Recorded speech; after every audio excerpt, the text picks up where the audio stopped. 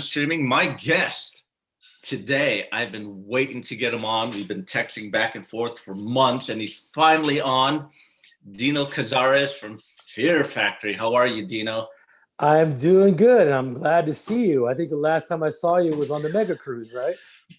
Yeah, dude, that was a fun cruise. Did you like That it? was October 2019. Something like that. Something like Yeah, that. October 2019, and then all of a sudden the COVID hit and blah blah blah. It's like so. I think that was the last time I saw you. Yeah, So man, this COVID thing sucks, but we got to find something positive out of it, and which we do. And I know you're keeping busy during this time. keep him very busy. Finished the new Fear Factory record. That finishing off the new Assassino record as well. Wow. Also, we got a bunch of new releases. Well, I'm sorry, re-releases from Fear Factory. We got the Demanufacture vinyl that's coming out. It's never been released in the United States on vinyl, only in Europe. So they get that, plus they get an extra bonus record with live recordings from Ozfest 1996. Wow. The band was on fire. We were on fire during that Demanufacture tour. We were on fire, and you definitely can hear it in the recording. Everybody sounded really good. I was really surprised when I was listening to the tracks that everybody was on point. The only thing you hear is a couple of times where we kind of speed up and slow down. You know what I mean? It was before we were actually playing with Click Track Live. So we were just going for it. Just everything was just you feel the energy on that record. So I was really happy. But that's good though. It's live. You guys are human. You know what I mean? Correct. Yeah. Like I was saying, like you really hear the energy of it, of us, pushing the tempos a little faster. You know what I mean? Because when you're there, it's totally exciting on stage, and you see all the people at the Ozfest. And we were on the main stage too. So. I think right before us was Machine Head. Machine Head played right before us, and right after us was Typo Negative and stuff like that. So it was killer. And Man. I'm glad that we were able to put that on vinyl and include it in the Demanufacture studio vinyl, of course, right? And it's going to come out. It's going to be like it's going to fold open 3 different ways. So that's cool. And then we also got Mechanized and the Industrialist. We got those 2 records be reissued also on vinyl, CD. It's not on Spotify. You can't buy it on anywhere digitally. You can't buy it. So it's going to be reissued. It's going to have a bunch of bonus tracks, extra remixes, other tracks that we haven't put out. And so it's going to be a lot of stuff coming up. So you got a new Fear Factory record, new reissue of Demanufacture on vinyl, the first time in the United States, the live record, and the Mechanized and the Industrial album. So, wow, man, that's a lot of stuff, but that's something to look forward to. Now, who's releasing all this? Is it Nuclear Blast? Nuclear Blast, yes, and Nuclear Blast with the new record and the reissue of Mechanized and the Industrialist, and as far as the Demanufacture reissue, that's going to be Warner Brothers, Roadrunner / Warner Brothers. So so that's pretty much what I've been doing to keep myself busy. You know what I mean? So, yeah. And of course, riffing all day. You know that. Yeah, I know you're like you're part of the Riff Lord clan. There's a lot of Riff Lords out there. Thank you. Appreciate that. Yeah. Do you have a title for the new record? Yes, I do. And you can't say it. Can you say it, or you gotta? Is there a thing, a stipulation? Look at you trying to push that. You're trying to push that. Look at that. Hey, man, come on, man. I know. But it's your call. I can't really release it yet. Okay. If I do, when I do, I'll call you and tell you first. All right, but it's gonna be this year. It's gonna be this year. It's gonna be really soon. I mean, the release probably not for another 2 or 3 months. Okay. Yeah, but the single will be coming out soon. So, good, dude, I can't wait, man. I've been a Fear Factory fan for a long time, and just to let the listeners know, me and you've known each other quite a long time, bro. Yes, for a while. Did you tour with us during Soul of a New Machine or Demanufacture? Soul of a New Machine. It was in April of '93. It was when you guys went out with Obituary. Obituary and the late great manager. What was her name? Debbie Abono. She Debbie was Abono. managing. She was Yep. Obituary. She was on tour. I remember we seen her all the time. Yeah. Yeah. As a matter of fact, there's an interesting story about that, and I don't know if I should even bring it up, but I don't think it's anything bad. But my keyboard player was dating her on that tour. Dude, Raynor, Yes. right? Yeah. I didn't know there were fellow Filipino. Yeah, I didn't know that. I know he had a crush on her on that tour, but Oh that's no. They were making out. They were doing things. Whoa. More power to her. More power to her, right? Yeah. Wow. Yeah. Holy shit. I remember I've had talks with Raynor saying, "Yeah, I have a crush on Debbie," but I didn't know it went past that. Oh yeah, it went past that. She was a very, besides being professional, she was very motherly. She took care of a lot of people. She cared about a lot of people. She cared about the scene that I noticed. Yeah. She cared about the scene. She cared about the bands. She cared about the guys in the bands. And I can see why he would be attracted to her. I could see that. She was great, but I didn't know. Like I said, I didn't know what went beyond that. I was like, "That's insane, dude. He kept it a secret. That's awesome. That's I don't know if he dude. kept it a secret. He didn't keep it a secret to us. Plus we saw. But I'll tell you that tour. You guys brought me out on that tour because of Andrew Shives, your bass player at the time, because he was living up in the Bay Area. And I have to say, dude, that's when I discovered you guys. I got to see you guys live throughout the whole tour. And what was really cool, not only the music, your guitar tone. Yeah. There was something about it was really familiar. Like I was like, man, that guitar tone sounds so familiar, but it's so different. Then I realized you tuned down, because up here in the Bay Area, we had that guitar tone, but everyone was tuned to standard tuning. It wasn't until or maybe drop or maybe E flat, right? A lot of people tune to E flat. Yeah, but it's still, you could hear the difference, but not the difference when you tune down the B. Yeah. I remember tuning your guitar. I was like, dude, what is up with this guy's guitar, man? Then I plugged it in. I was like, oh man, that's holy shit. I'll tell you a funny story about ESP. I started with ESP, right? Yeah. That was my first guitar endorsement. They made my custom guitar, right? And so at the custom shop, I said, tune it to B, right? So when I got the guitar, it was in D, right? And I said, it's supposed to be in B, so can you set it up for B? And he goes, yeah, we did. We set it up to D. I go, no, B is a boy. They're like, B, and like, one of the Japanese guys was there, like, B, like, why B, like, because that's what I tuned to. I was like, oh my god. So he ended up tuning to B. He didn't get it. He didn't understand it, but he ended up setting it up for B. And he was like, whoa, you different. It's like, I'm like, no, man, a lot of people do this. I just didn't understand why he didn't get it. But he kept thinking I said D, right?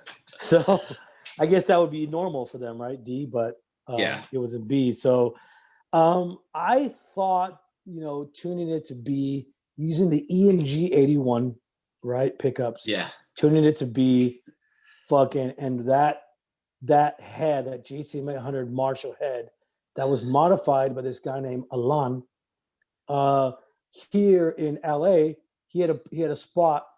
He had his own shop called Metalhead, and he did a bunch of mods for a bunch of different guys back in the 80s. So I ended up taking my head to him. I heard about him, and this is like 88, right? 1988. Yeah. I took my head to him, and I said, hey, I want this to sound like the first Van Halen record. And he's like, oh, no problem. So after he was done, I got the head. I was like, man, this thing's really noisy. I was like, and he goes, oh no, you bring it back. If you want, give me another $100. I'll put a noise gate for you. I'm like, oh, okay. So we put a noise gate in it, and that was it. It was the noise gate in the back of the head. Yeah, in the back of the head, exactly. I remember that. And that was my tone, that ESP tuned down to B with the EMG 81 and that head. That was the tone. Wow, I do remember that, dude. That was like a crushing tone because we had someone up here in the Bay Area named Todd Langer who did Mhm. all the mods too. Like everyone wanted that extra gain stage on their heads, and no one could Yeah, afford but bases back then. So but just we Hot did Roger Marshall. we did the first record, and people were starting to hear about that head, and so that's how I met Rob. Well, that's one of the ways I met Rob Flynn. He came to the show. I think it was the Stone. It might have been the Stone, right? 90. It was 92. We did a tour with Biohazard and Sick of It All. I And was at Rob that came show. out. Yeah, Rob came out to the show and he was like, "Dude, I heard about your head, man. I heard about your head." So he was standing on the for a song or two. He was on the side of the stage checking out the head. I go, "It's just a Marshall with a modded Marshall." He goes, "Yeah, but there's something about that head, man." I go, "But It's it's also great. the right hand. It's also the right hand. True. It's also like I remember you The said right in hand, quite. bro."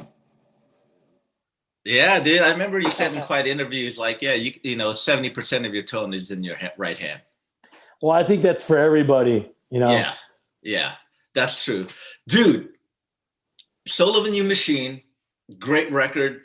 To me, it's like, you know, it's a style you guys created. I mean, it's very punk rock to me sounding like, you had all the elements there, the death metal, industrial, Burton's, We had vocals, grindcore in there. We had grindcore in grindcore. there. It Yeah. was a great record and it shocked people like, what is this style? But it wasn't until Demanufacture, I think, is when you solidified the Fear Factory style, Well, I can't talk about demanufacture without bringing up Fear's the Mind Killer. Fear's the Mind Killer was the remix album in between Soul of a New Machine and Demanufacture. Now, Soul of a New Machine, you could definitely hear all our elements, right? Yeah. You could hear them, the grindcore, the death metal, the industrial side. We kind of wanted to be more on the industrial side as where we were going. So I reached out to a guy named Reese Fulber, who was a good friend of mine, right? But at the time, I never met him, and somebody at the Roadrunner had introduced me to him on the phone because I was speaking to Monty Connor, A&R guy at Roadrunner at the time, and I was telling him I want to do remixes, and he's like, "What's that?" I go, "Remixes like this and like that." And he's like, "Okay, well, if you want to do it, go for it. But I think you should reach out to this guy who worked at a record company called Third Mind Records, which is a subsidiary to Roadrunner." And that guy, I spoke to him, and he goes, "You need to speak to Reese Fulber, who's in a band called Frontline Assembly." So I called Reese. We started talking. We started talking about doing these remixes.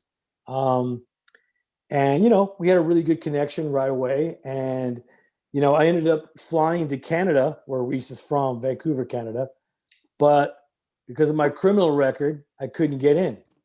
Oh, yeah, we know about them Canadian borders. But it wasn't even that big of a deal. It was a vandalism charge. It was nothing, right?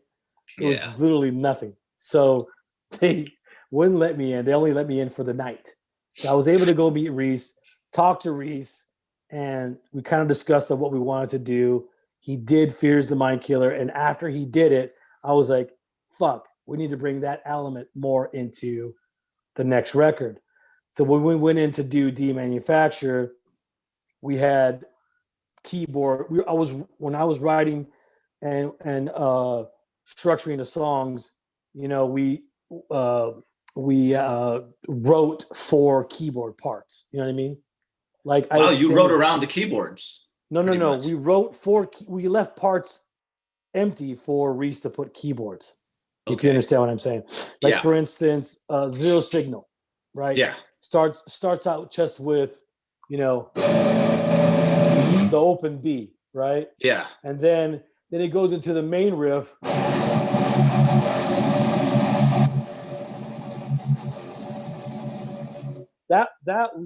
I let it go for 8 bars or 16 bars. So the second 8 bars you could add keyboards. Gotcha. Do you understand what I'm Gotcha. saying? So I Yep. extended parts a little bit so they could add keyboards, and that's pretty much when Reese heard the music, he was like, he knew exactly where to put everything. It was there and it was great. And one of the cool things that Reese did that, when Bert was doing all the vocals and all that stuff, Reese was writing stuff for his vocals, like all the keyboards to really highlight the vocals and help the vocals sound even stronger and better and bigger and, more epic. Like Zero Signals for sure. A lot of keyboards following the vocals there. Piss Christ had a lot of that, you know what I mean? And Yeah. it really added for a whole new element to our music. And it really accentuated those vocals and highlighted a lot of the clean vocals. You know what I mean? It really highlighted it. Totally, man. I mean, that album, I mean, the songs, the riffs, the drumming, everything, the sequence of the songs, the concept, it's just perfect. I mean, it's very mechanical sounding, production wise, very cold. Yes. Okay. This was the first time that we used click track on the whole album. Like Soul of a Machine is just boom, you go free flowing, like whatever tempo you're in, that's it, right? Maybe one or two songs we used a click track on Soul of a Machine, but then we were like demanufacture. Reese is like, well, if I'm going to put keyboards, it'd be best if you guys did it with click track, so it'll sound easier. It would be much better for me to write keyboard parts to it. We could sync it up with the computer and blah blah blah blah. Right? We're talking like way back '94, and so it's the first time. So songs, demanufacture, South by Zister, they're all one tempo, right? Okay. 190, 187, stuff like that. So we're writing everything one tempo, and it wasn't until we got to Piss Christ where we actually changed the tempo a little bit. So that's probably why it sounded really mechanical, because it's all one tempo. There's no ups and downs, plateaus, nothing like that. Just boom, one tempo.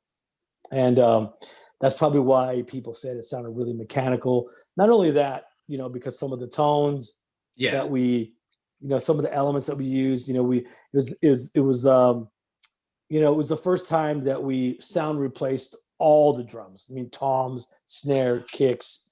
On Soul of a New Machine, we only replaced the kicks. We only triggered the kicks. But on Demanufacture, we triggered all the drums, right? Sound replaced all the drums. And that also gave it more mechanical vibe too, right? But still Raymond playing it, but we just sound replaced it, and just to give it that more mechanical, tones and stuff like that, futuristic tones for sure. Now, speaking of futuristic, like some people go, yeah, Fear Factory's in like industrial metal. I think you guys were futuristic metal, because you guys were writing about shit that we're not that far from today. Yeah. Correct. Yes, exactly.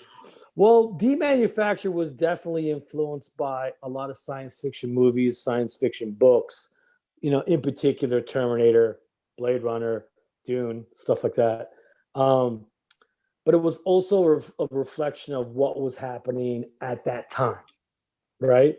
And stuff that was happening that could possibly happen in the near future, right? Yeah. LA was going through a shit ton of stuff. In 1992, we had the Rodney King riots down here. We saw pretty much LA go up in flames, rioting, looting, people getting shot, left and right, people trying to protect their businesses, buildings, getting destroyed. We saw LA burning, right? Then right after that, we had fires. We had these massive fires, which we have all the time, right? But that time in particular, we had these fires that just pretty much burned up all the trees, and then we had massive rain right after that. So the rain came down really hard, and it created a lot of mudslides, and people's houses were getting swept away in the mud. That's how it was bad. Then in 94, boom, January 94, we had the Northridge earthquake. It was 7.6, 7.8, something like that. And we just saw all these buildings fall down. So within a matter of 92 to 94, we just saw all this destruction. And so that is how I came up with the title for Demanufacture. Like, what is opposite of manufacture? Demanufacture. Because I saw LA pretty much falling apart. And that's how that title came about. Damn, dude. It's good to know, man. So good to know. All that angst, all that stuff that was going on also inspired some of the lyrics. Like one of the first lines you hear on the record is desensitized to the value of life. Because that's kind of like what we saw. Like during the Yeah. Rodney King riots, you know, people were getting shot. Firemen were getting shot, putting a fucking fire out.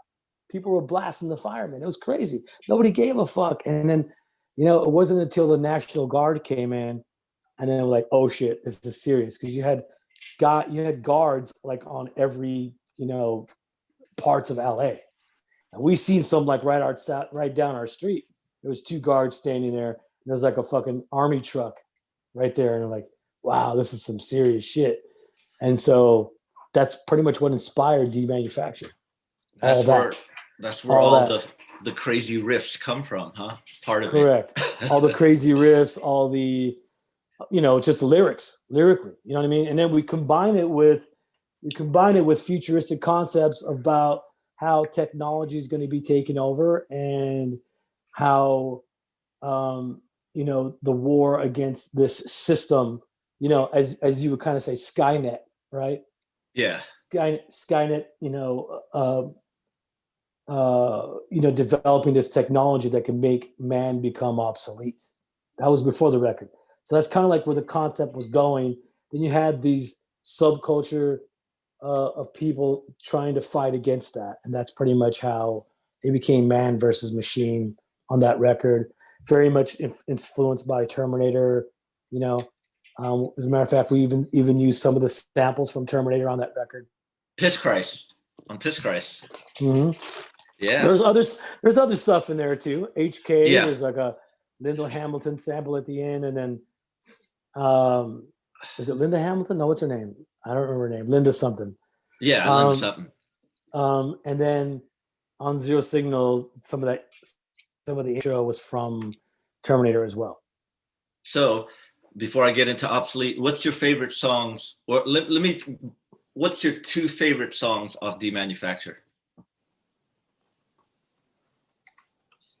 It's this one.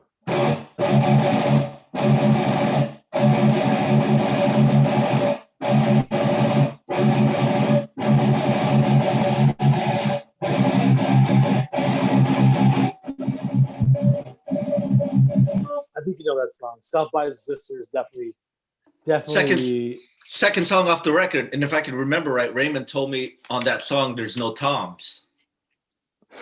It's all kick and snare, I believe. Yeah, I believe he's right. You know, and we didn't, you know, we weren't really like one of those. Well, on Soul New Machine you hear some rolls, but like on that record, it was like, let's, you know, whenever there was toms, it was like a tuh. There's like a tuh. Yeah. Like a stop part, right? But it wasn't like da, da, da, there wasn't any of that stuff in there. And that's kind of tricky to write without that. You know what I mean? Because you got to think of other elements that would be fills, right? And he does it with his feet or snare. And he does it with his feet or snare, exactly. Yeah. And that was what we concentrated on, and it worked. It worked for our sound. I remember one time Slayer was looking for a drummer, and somebody had brought up, "Hey man, why don't you get Raymond Herrera to play drums?" And Kerry King goes, "Well, he doesn't play any rolls." But it wasn't that he couldn't play rolls. He actually played rolls really well. It's just that it became a kind of a sound to not do that. You know what I mean? And so that became our sound. Kind of sounded more. How do I say it? It was less humanized if we didn't use toms. I get what you're saying. So it was more mechanical just to do kick and snare. Gotcha. But dude, like my favorite song would be I like Body Hammer. I love that opening riff to Body Hammer. Piss Christ and Demanufacture. Dude, when you Body Hammer.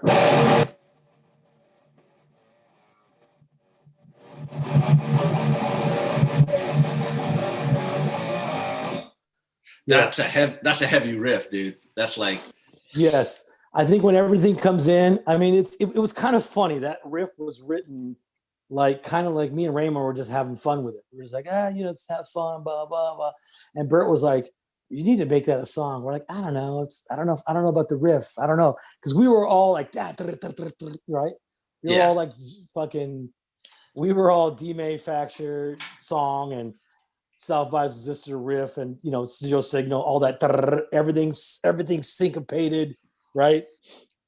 kicking guitars like as one, blah blah blah. Whereas Body Hammer is kind of more dun, dun, dun, dun, dun. And so me and Raymond were just kind of messing around with it and just kind of almost kind of like making a joke out of it, like because it's such an easy riff and it was really funny and blah blah blah, like dun, dun, dun, dun, dun. You know, we were kind of like, oh, this is whatever. But Bert's like, nah, man, I hear something in that riff. I think you really need to make that a song. And then after a few times jamming on it, I'm like, okay, let's make it a song. And so we did, and it fucking came out heavy. It did, dude. It kind of breaks up the record. That replica and Piss Christ kind of breaks up the fastness, and it gives it a variety.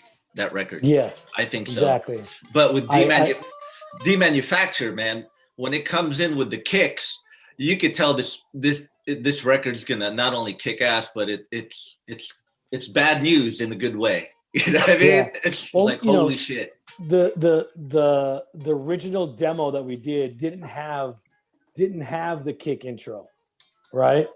It's just dun, dun, dun, dun, dun, dun, dun. But me and Raymond were listening to, we traveled all through Europe. Yeah. And it's really kind of funny because some of the clubs that we played in Europe, this is during Soul of a New Machine. Some of the clubs that we played in Europe after we played turned into raves, like dance clubs, totally. like rave, all that shit, right?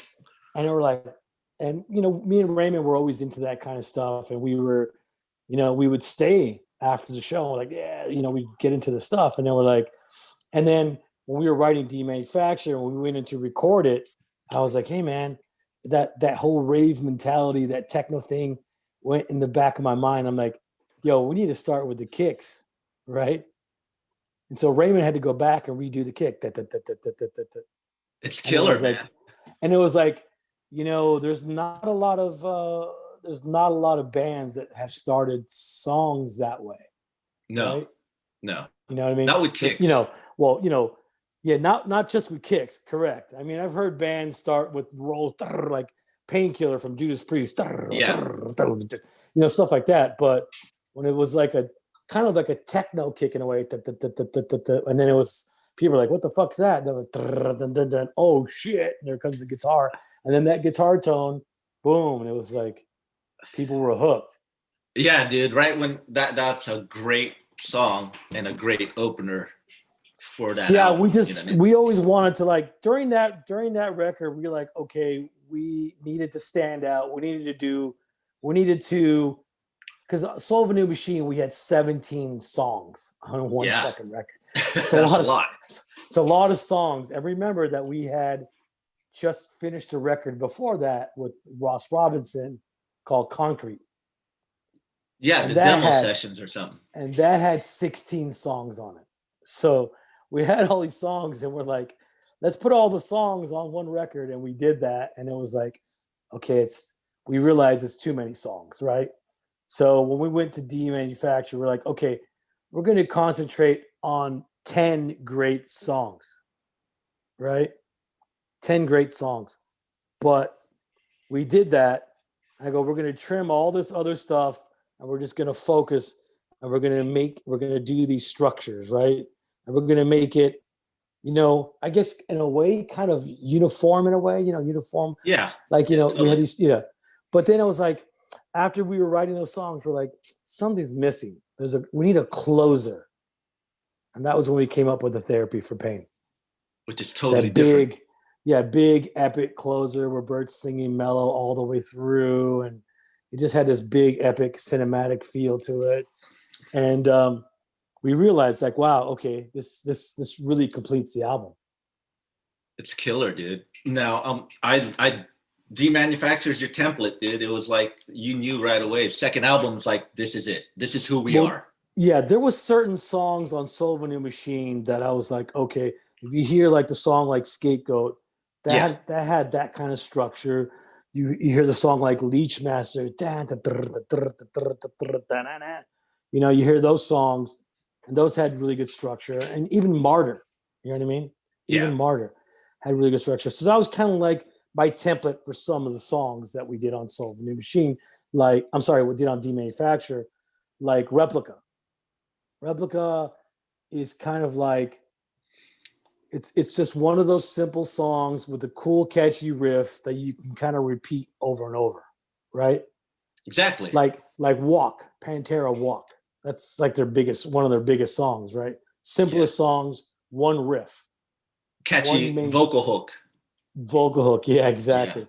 And that's kind of like how, I'm not saying Pantera influenced me. I'm just comparing the two. What I'm Yeah. saying is that's kind of like how I saw it, Replica, as like one of those riffs that was super catchy, and then the killer vocal hook, and you can kind of base the whole song on that one riff. And that's kind of Yeah. that's kind of like how that song was born. It was so simple at the time when we wrote it that I was like, I didn't even think it was a good song. Like, we wrote the music, and I'm like, I don't know, but it doesn't feel like it goes anywhere. That's how me and Raymond were thinking. Like, it's a good song. We wrote it like that. It was like that, right? And we're like, I don't know, maybe it needs something else. Maybe it needs a middle part. Maybe it needs this part. Maybe it needs that part. And then I kept going back and like, nah, just leave it like that and let's see what happens. And it was one of the last songs that Bert recorded vocals over, right? And then when Bert did the vocals, we're like, fuck, that's it. That's it. Bert's vocals completed the song, and then we were able to see what the song turned out to be. It's like, it was like, we didn't see it in the beginning until he sang on it, and we're like, wow, this is it. Now it feels complete. And like Gotcha. we Yeah, knew, because I knew sometimes the vocals just takes it to a new level. Correct. And that's exactly what happened on this song. Because when we were doing the demo for it, we were doing like, we did the demo that we gave. Bert was just kind of like singing whatever, you know what I mean? And the demo, like singing whatever. You really couldn't. There wasn't really much of a hook there. Blah blah blah. We didn't know what we were gonna do really. But like I said, like when we went and did the record, it was one of the last songs he recorded, and we were like, "But dang, this is it." Damn, dude, it's a great song, dude. It's like one of your biggest hits, right? Till this day. One of the biggest hits, actually, the biggest song that we have is Lynchpin, which is on Digimortal. That's the biggest song. Fucking A. I thought it would be Replica. Lynchpin is fucking the cool tune, too. Yes, Lynchpin is the one song that goes beyond, like, other people can listen to it. Gotcha. It's one of those.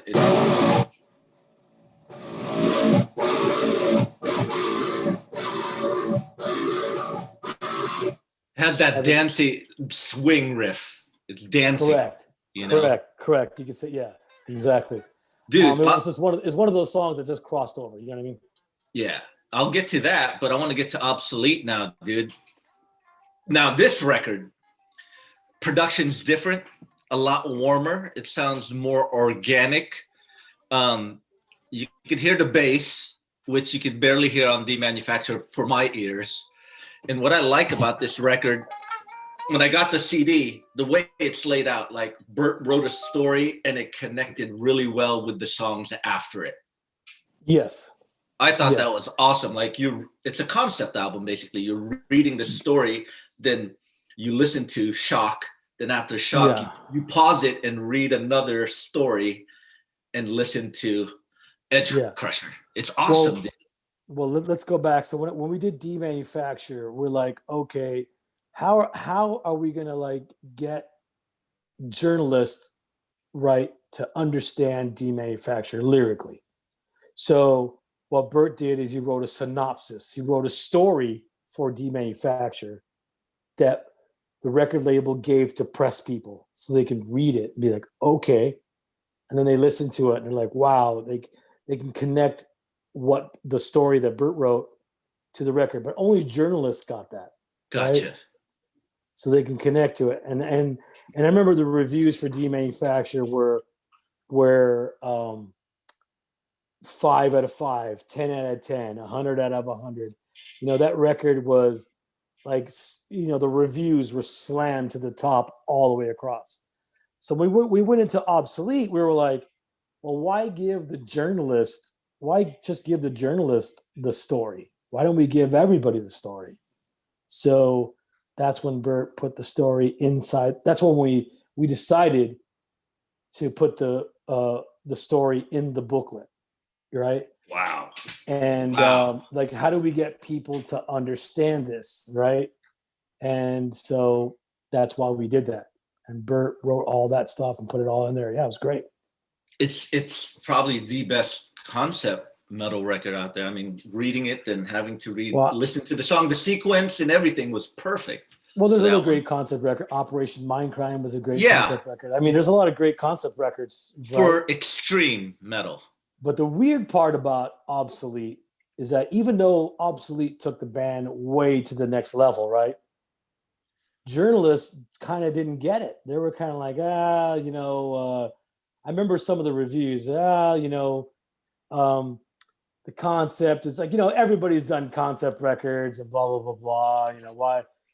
Why is Obsolete a concept record? They just didn't, for some reason, maybe it was a little bit too, I don't know. It was a much more serious record than Demanufacture, I think. I could see that. Demanufacture was a high, high energy record. It's just ripping. Then Obsolete was kind of more.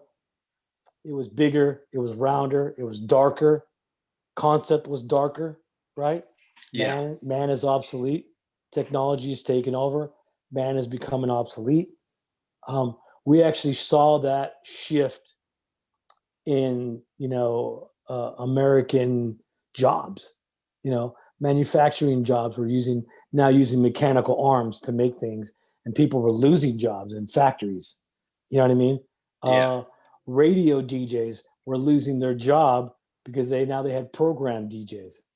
They would just program everything and that's it, right? So people were losing jobs, and we saw how technology was losing jobs, and that's kind of like where Obsolete came from, that title, right? That man was becoming obsolete. Or you just got to be ready for the big change. Same thing with the music industry, right? Yeah, You exactly. know what I mean? CDs have become obsolete. Now it's just all digital, streaming, buying stuff on Apple iTunes, whatever. We kind of saw that change coming, and that's where Obsolete came from. But I just felt that maybe journalists weren't ready for that. Maybe certain people weren't ready for that. You know what I mean? And they just kind of didn't get it, and it kind of went over their heads. And we saw the reviews for Obsolete: 3 out of 5, 80 out of Wow. 100, 80 out of 100. You know what I mean? 7 out of 10. And we were like, wow. I felt that this record was much more contemporary to what was going on. It was groovy. It was groovier. It was fatter. It was, when I say contemporary, because if you notice, there was a shift in production. Like It people, was. like people who were making their records were adding more low end, right? And they were making records fatter, where you can hear the bass guitar more, where you can hear 808 kick drums, and just the overall tones were bigger and fatter. So, and when we went in to do Obsolete as well, a lot of people had criticized Raymond because they thought he was a drum machine. They thought Raymond was a drum machine. So we're like, okay, so you thought we were a drum machine on Demanufacture. We're going to give you the fucking real shit on Obsolete, right? So what we did is we purposely went out to make an organic sounding record, right? Yeah, and it does. And it is an organic sounding record. Correct. So It is. Raymond. What we did is we used Raymond's real kick drum, real snare, and real toms, and we used those as the samples, the sound Oh, replacements, right? gotcha. And so it was his real kick drum, real snare, real toms. You know what I mean? And so we did that, and then secondly, this is one of the main things on Demanufacture. Like I was telling you earlier, we used one tempo map, one tempo for each song, one tempo, right? Yeah. So if the song was 190 BPMs, it's just 190 BPMs. Whereas Obsolete, we set up a studio in our rehearsal studio.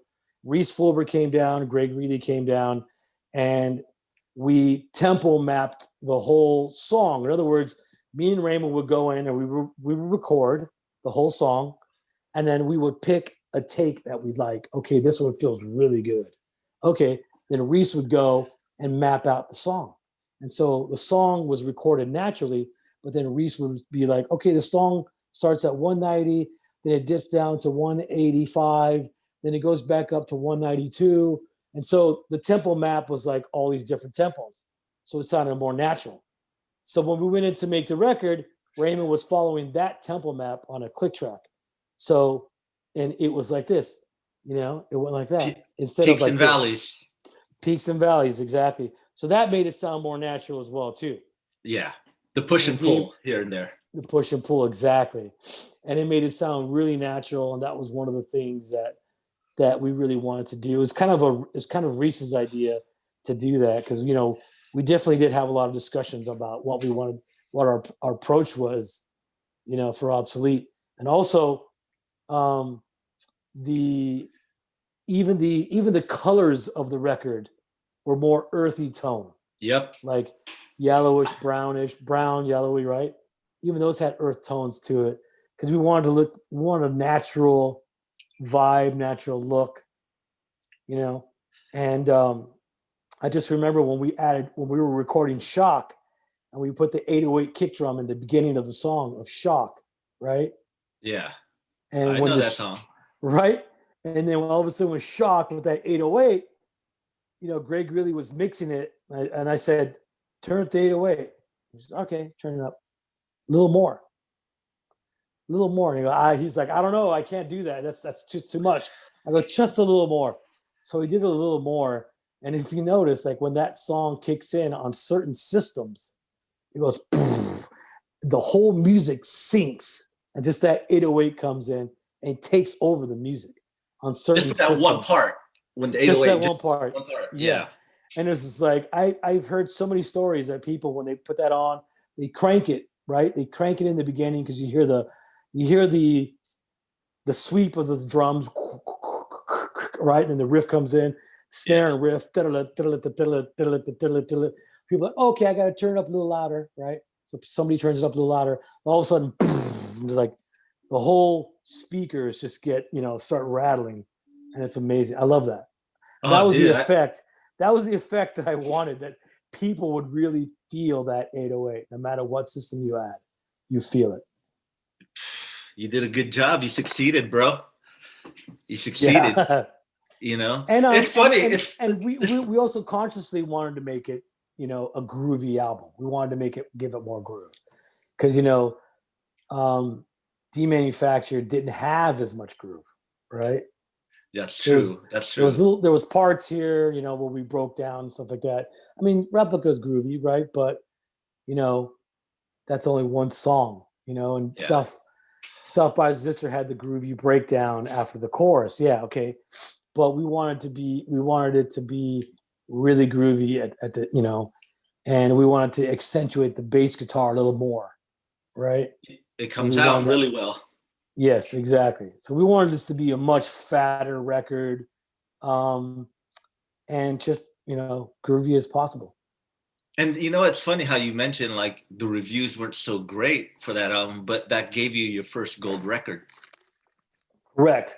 We realized that the fans didn't really listen to the reviews. They just, loved the record. They loved the story. People really got into it, and it's really kind of funny because, I still know some of those journalists and some of those people who reviewed the record, obviously, right?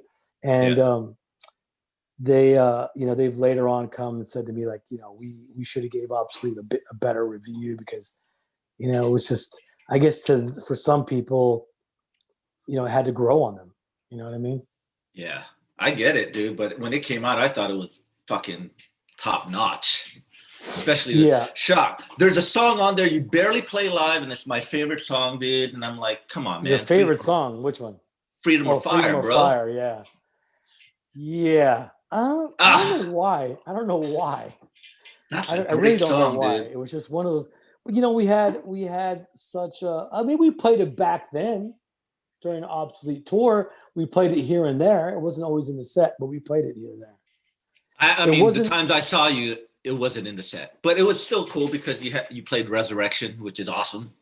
Yes, cool. Resurrection was one of those epic songs that we wrote. I remember that when I remember me and Raymond.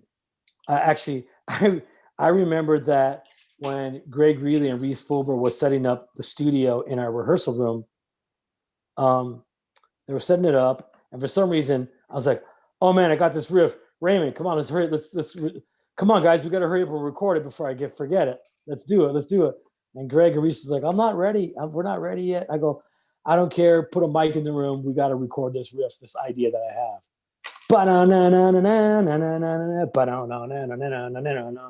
And it was just like we had to get that idea down really quick, and then boom, wrote the song really quick.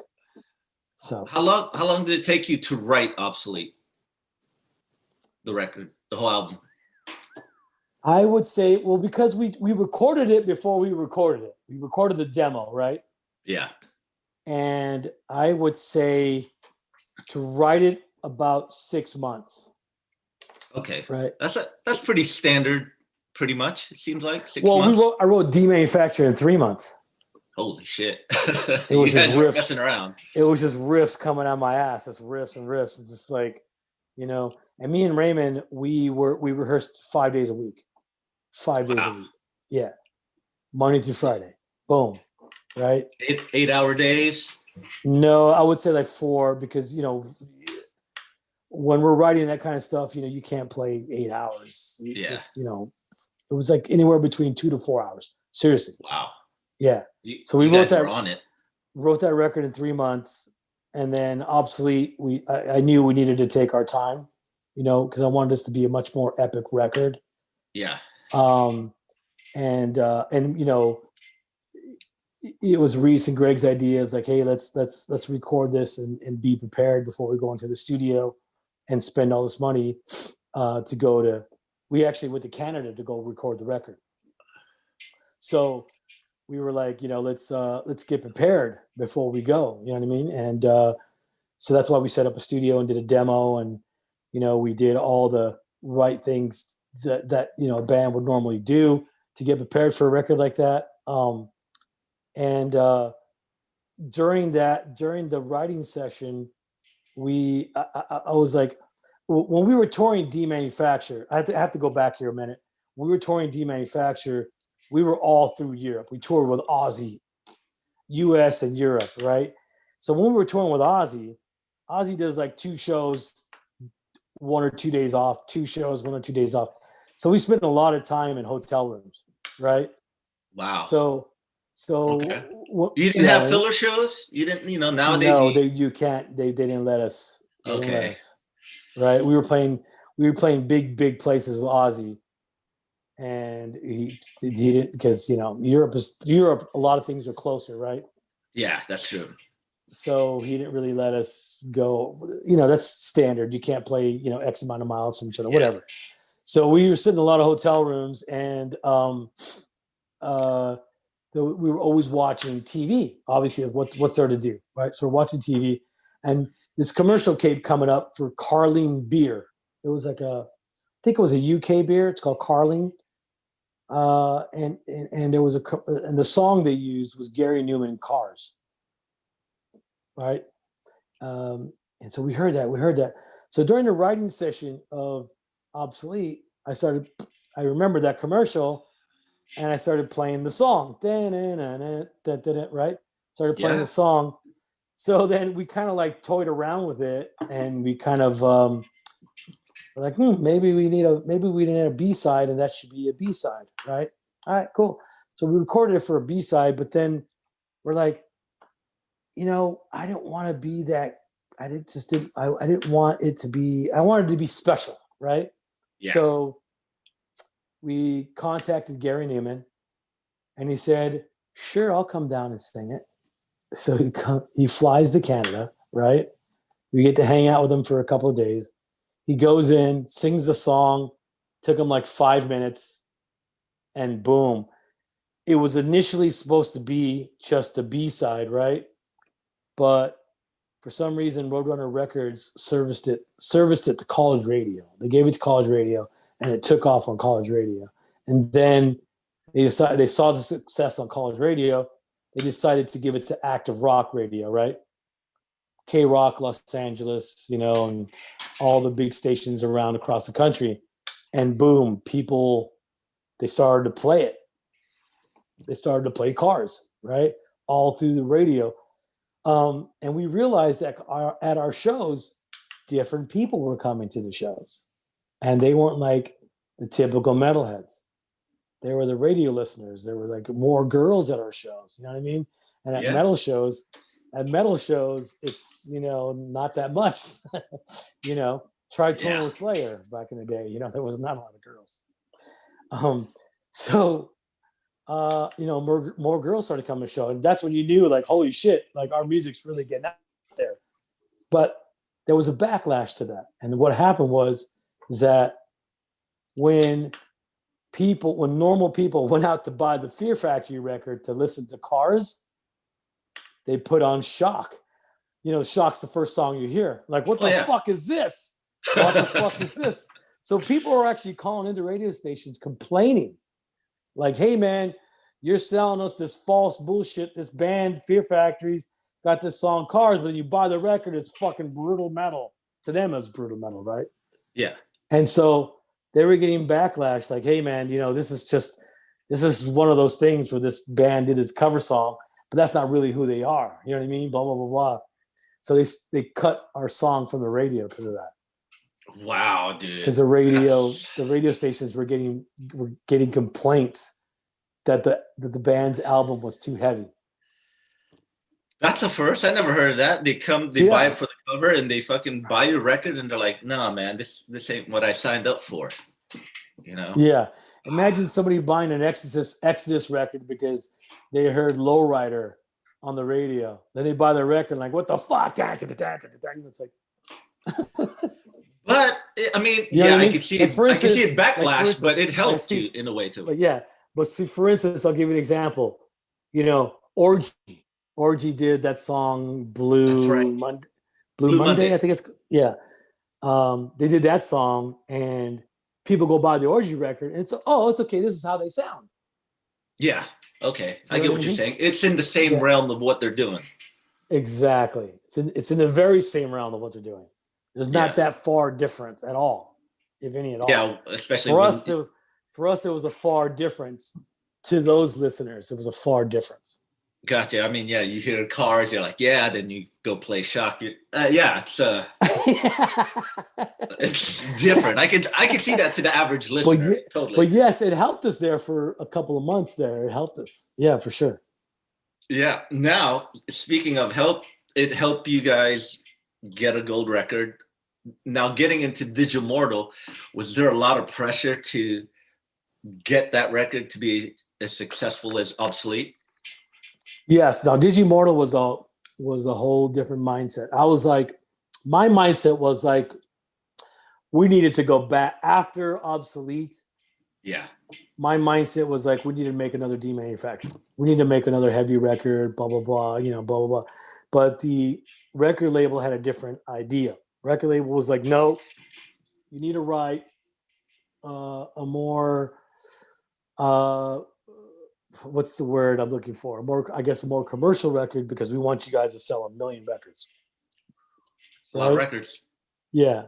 But, bands were kind of achieving that on Roadrunner. You had Slipknot on their first record. That's right. It was 1.5 million, I think, the first at that time. And other bands were, a lot of bands were going gold. Type of Negatives, Sepultura on Roots, and blah blah blah. So they were like, okay, we need you to break 1 million. And we're like, oh man. So they definitely added a lot of pressure. They wanted us to write more commercial songs.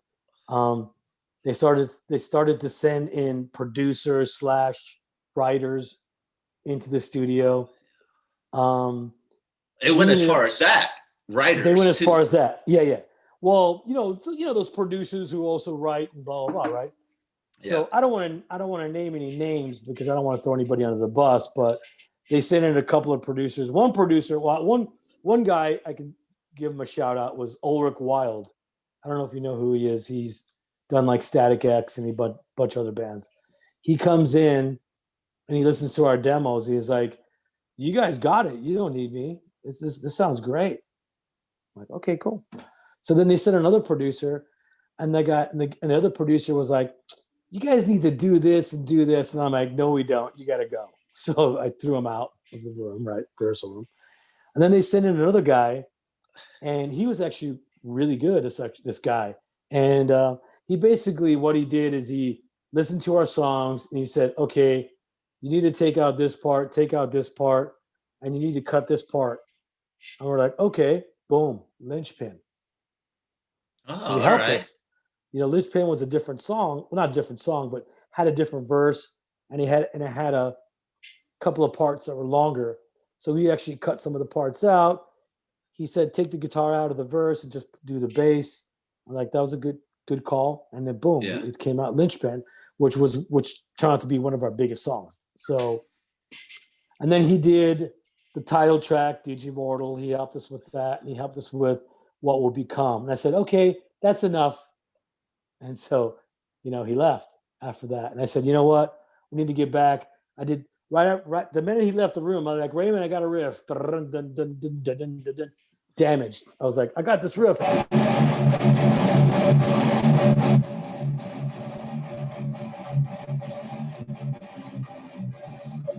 was like, boom.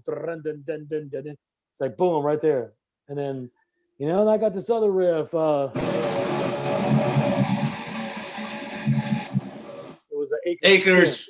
Acres of Skin. That's my favorite on the record. Yeah. And so Acres of Skin, and then I have this other riff. No one. I just started coming out with these riffs and just writing these songs and getting back to the heavy part. Right. Yeah. And then and then that was how that record came out. Dude, I mean, I know you don't want to mention producers. You don't want to throw them under the bus, but I heard, you don't have to answer it, one of the producers was Bob Rock. Okay, you mean for Digimortal? Yes. Yes, we actually had a conversation with Bob Rock. He was actually slated to do the record. Okay. Right? But he got called to do it was a big record. I don't remember who, but it was like, he's making $1 million, right? Yeah. So he was like, sorry guys, I got to pull out. And so. Wow. So he heard the demos and he was pretty much in. Yes, pretty much wow. in. Yeah, penciled in, no contract signed or nothing like that. That would have been a whole different story today if you would have done the record. Yeah, who knows what the record would have been? It could have been shitty. Yeah. It could have been amazing. Who knows? I think it would have been. Yeah, it's hard to tell. Well, it depends. Well, because you remember he did Load back in 94. 95, something like that. Yeah, he did Load and he did Reload, right? Yeah. So who knows? It could have turned out like that, or it could have turned out to be the next Black album. Who knows? Yeah. Well, were you excited about that prospect? I was excited to see where this would go. Yes, I was very excited. Right. I had in the back of my mind, yes, he did some horrible records, but he did some great records too. Yeah, that's true. But his skill to get that sonic sound was awesome on all the records he's done. Correct. The Black Album, especially. Totally, especially, exactly. Yeah. Dino, I usually keep my stream to an hour, so I'm gonna jump into something new that I've never done on my stream before, and you're gonna be the first guinea pig, my man. All right, let's do it. It's called the Deep Dozen. I'm gonna ask you 12 questions. Oh shit! Here we go. You ready, my man? I guess. Right. Let's do it. Mild or spicy? Oh, spicy. How spicy? Have you gone overboard with your spice? Oh, definitely. Like habaneros, ghost peppers. Yeah, love those. Salsas, straight up, you name it. I also like pepper. I also like peppers raw. I like eating them raw. Do you? Yeah. I can't handle that, dude. I'm a mild guy. Spicy will mess me up fully, dude. I'm that's it. It's not for everybody. It's yeah. I grew up with it. When my mother was when I was a kid, my mother was making salsa. Your eyes would cry because it was so hot in the house. And I was like, so and then, yeah, I grew up with it, of course. Yeah. All right. Dogs or cats? Dogs. I My love man, I dogs. like cats too. I do. I like cats. I like animals, but I prefer dogs. All right. The Awesome. only thing I don't like about cats is they can be less affectionate. Yeah, that's true. But you know what? Dogs and cats, You know, like you walk dogs in are the like door. kids. Yeah, you walk in the door, your dog's happy to see you. Like, you're home. Like, it's Yeah. great. You know, you open the door, your cat's like, what up, fool? You know, like, Yeah. whatever. Well, dogs are Yeah. like kids and cats are like roommates. So there you go. Yeah, there Okay, you go. dude. But don't get me Yeah, wrong, cats can be affectionate, but they're not as true. nowhere near as affectionate as a dog.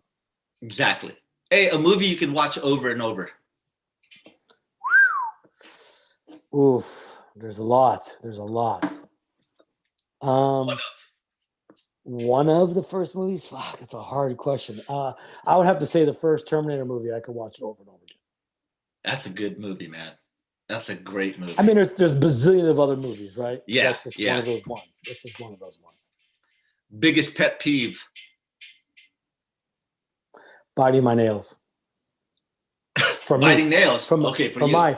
For me, that's my pet peeve is biting my own nails. It's like I'm just one of those kind of guys. That's my personal pet peeve against myself is biting my nails. Gotcha. What time does your alarm go off every day? I try to make it like 10:30. 10:30. Oh, it's pretty late. I'm getting up at 6:30 nowadays, man.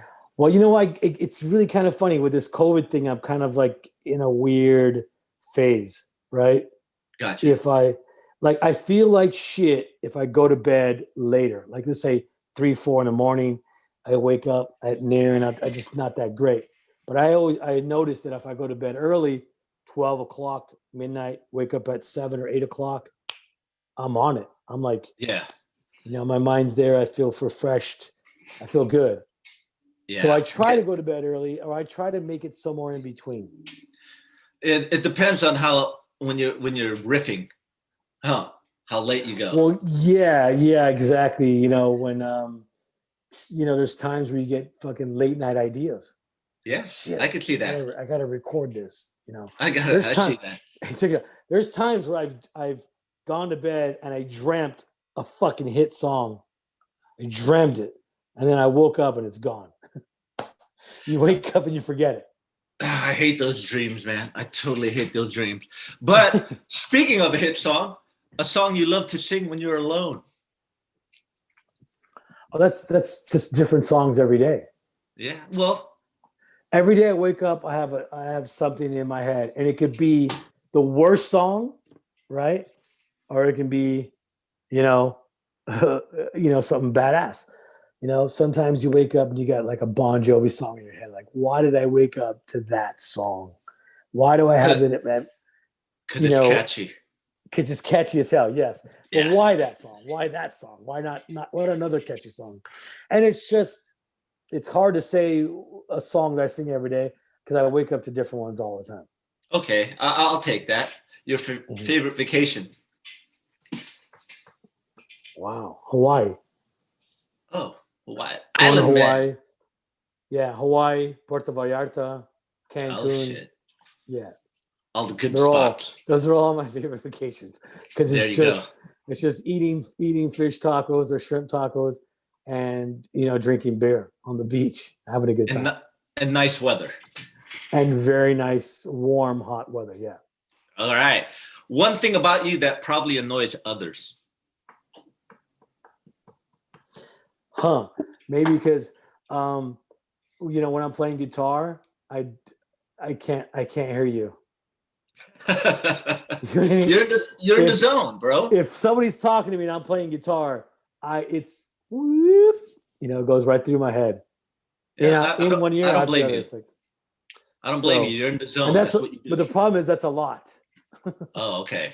So I'm glad I caught you right now. Look at I'm holding the guitar. It's right here. Yeah. But I'm purposely, fighting myself not to play and talk. So. Okay. Your favorite smell? Cinnamon. Oh, cinnamon is a good smell. I can do that. Cinnamon. Yeah. All right. Cinnamon can get spicy too, a little bit. That's true. That's true. I do like the scent of cinnamon when you walk into a bakery or if someone's cooking with it. It does smell really good, man. It does. All right, dude. Oh shit. Cinnamon spray right there. How about an instrument you wish you could play? Drums. Same here, dude. Drums. I wish I knew how to play I drums. can play like this. I can play you this. You can air drum. Yeah, I can air drum and program drum, but that's about it. I wish I could play drums. Yeah, me too, man. That seems like a fun instrument to play. I can play for about 2 minutes and then I'm tired. Yeah, I'm probably there with you, man. It takes a certain skill to do that and energy. I can't fuck with it. But I like watching drummers play. It's awesome. Yeah. Dude, on a scale of 1 to 5, how good of a dancer are you? Oh, I can groove, but I can't dance. I would say, 1 to 5, I would say a 2. I'm a 1.5, bro. Yeah. So it's right there. I just was not really into dancing. I mean, I did in high school, when I was dating certain girls that were into new wave and stuff like that, and I was able to dance with them. But everybody danced shitty in high school, so yeah. Well, I didn't care back then. But now it's like no way I can dance. Yeah, I'm with you too. I like watching people dance. I'm like, damn, I wish I could dance like that, but it's cool. I like watching them. I'll wait for the slow dance. Yeah, where you can just move a little. No, yeah, you just hold it. Yeah, you move a little, exactly. What did you have for breakfast today? I had bacon and eggs. Dude, I had eggs and toast, kind of in the same realm, but different. Bacon and eggs, sunny side up. Awesome, dude. Now here's my bonus with question. With some of my sister's salsa. Oh, spicy. She makes it. Yeah, my sister Gina. She makes it really hot for me. She makes an extra batch, like a special batch for me, where she throws in like 5 habanero peppers, serrano peppers, and jalapenos. She throws them all in there. So that sounds like a good ass breakfast, dude. And so here's that on eggs and bacon. I'm gonna throw a bonus question out. This is my question: 7-string or 8-string? 7 guitar. All the way.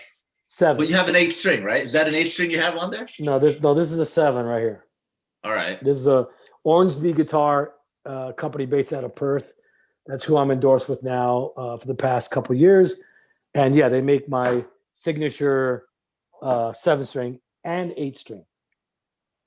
I have an 8-string right here. I don't know if you want to see it, but yeah, show it to me, man. I want to check it out.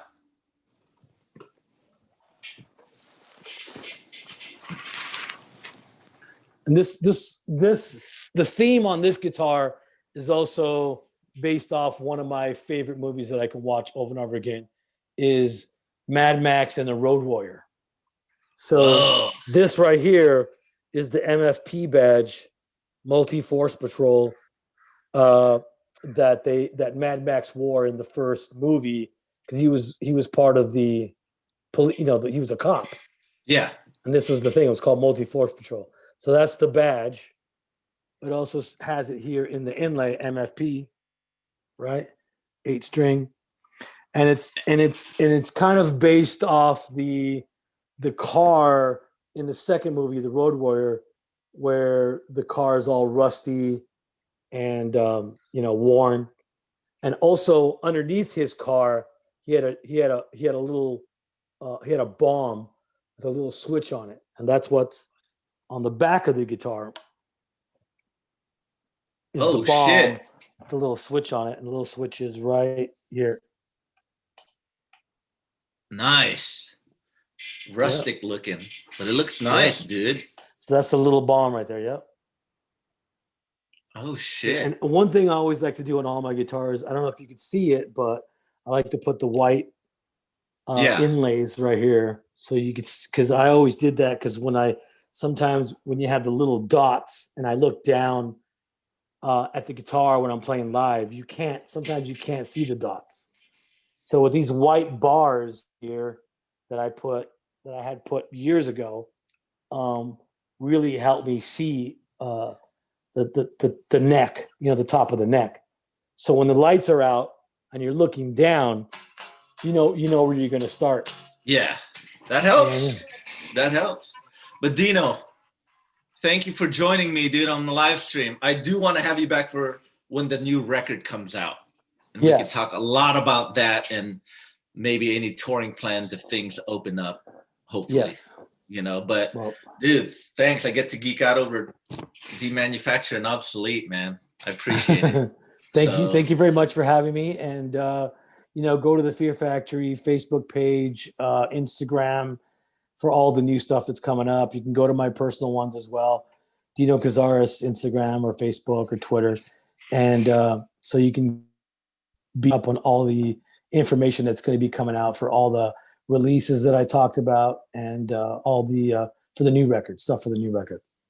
Well, dude, I'm looking forward, and I know a lot of people are looking forward to this new record. I am. I just can't wait when it's finally out. I'll get my copy, and I'm going to have a chat with you and break down little songs and pieces about it. All right, man. Thank you. All right. Thank you for having me on. I appreciate it. All right, man. Thanks, Dino.